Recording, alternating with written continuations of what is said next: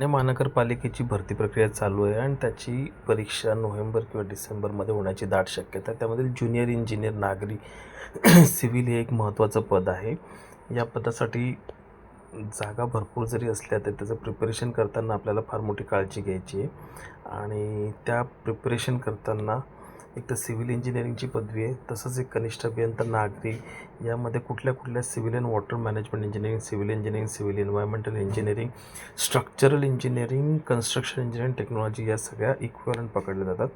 कनिष्ठ अभियंता 2 नागरी हा जो भाग आहे याच्यामध्ये देखील जर आपण बघितलं तर यामध्ये महापालिकेतील स्थापत्यविषयाची कामे करणे, कार्यरत क्षेत्रामध्ये विकास कामांतर्गत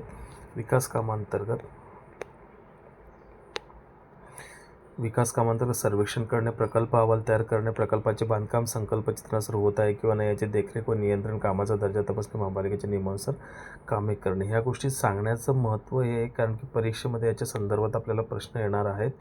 कनिष्ठ अभियंता 2 गट क स्थापत्य अभियंती आहे. याच्यामध्ये आपल्याला अभ्यास करताना कुठल्या गोष्टी करते, फंडामेंटल सिव्हिल इंजिनिअरिंग कॉन्सेप्ट्स करायचे आहेत. म्युन्सिपल इंजिनिअरिंग आस्पेक्ट जे आहेत ते आपल्या पदाप्रमाणे ते करणं गरजेचं आहे.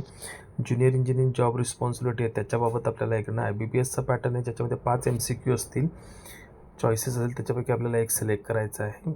आणि practical field knowledge, building codes, standards, material testing methods, surveying and measurement techniques ह्या महत्त्वाच्या गोष्टी आपल्याला करायच्या आहेत. यामध्ये आणखी आपल्याला concrete technology, building material, surveying, soil mechanics, structural engineering, construction management, municipal engineering, building code standards, foundation engineering, transportation engineering या बाबी आपल्याला कव्हर करायच्या आहेत. यासोबतच काही स्पेसिफिक 5-1 प्रश्न आपल्याला महानगरपालिकेच्या संदर्भात आपल्या परीक्षेमध्ये विचारले जातील. त्या संदर्भात देखील आपल्याला अभ्यास करायचा. त्याच्यामध्ये गव्हर्नन्स स्ट्रक्चर जे काय मेजर म्युन्सिपल कॉर्पोरेशन्स आहेत ते वाचण्याचा प्रयत्न करावा.